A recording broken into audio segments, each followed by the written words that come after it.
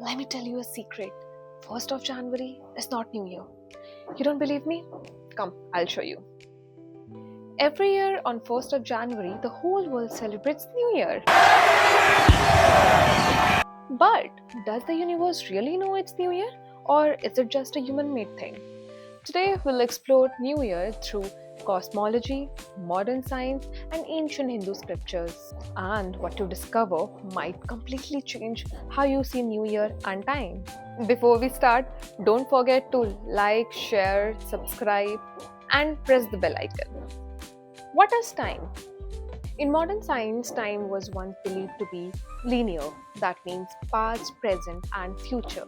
But then Einstein came into the picture. Einstein said, time is not absolute, it bends, stretches, and slows down. This concept is called space-time, meaning time moves differently near massive objects. Time moves differently at different speeds. So time is relative, not fixed. Now, the shocking part is, thousands of years ago in Hindu scriptures, even before Einstein existed, Kal was mentioned. Kal means time. It was mentioned not as a clock, but as a cosmic force. In Hindu cosmology, time is cyclic, not linear. Creation happens, sustenance happens, destruction happens, and again, creation happens. So it is cyclic, not linear. Just like seasons, birth and deaths, day and night, Hindu cosmology divides this cycle into 4 parts. 1. Satyug, the age of truth, Treta Yug, Dwapar Yug, and Kal Yug, the age we are living in now. Together, these form a Mahayug, which is equals to 4.32 million years. After this Kal Yug ends, the cycle will restart from the Satyug. Interestingly, modern science also explores cyclic time. Theories like oscillation universe suggest that the universe may expand, collapse, and be reborn just like Yuga cycles. So, the question is, if the time is circular, then how can there be a new year? Now, let's talk numbers.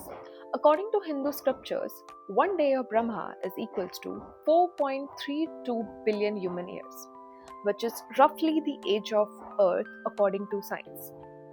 And 100 years of Brahma is equals to lifespan of the entire universe. Modern cosmology says the age of the Earth is 13.8 billion. It may end through heat death, collapse, or rebirth. Both science and scriptures agree on the same point. The universe runs on massive time cycle which is beyond humans' imagination. So, when we celebrate New Year on 1st of January, it's not cosmological, it's contractual. That's why Hindu culture never celebrated New Year on a random date, but it was on the basis of solar movement, Earth's orbit, and astronomical transitions. For example, Gudi Padwa, Ugadi, Veshu, and Baisakhi. These are aligned with Sun entering a new zodiac sign, agriculture change, and seasonal change. This is astronomy, not a blind belief. Science today confirms that Earth's orbit and tilt is equal to climate change, and the movement of Sun affects the life and the climate on Earth. Ancient calendars were scientific proofs, not just religious rituals. If the universe doesn't reset, and if the time is endless, then what New Year actually is?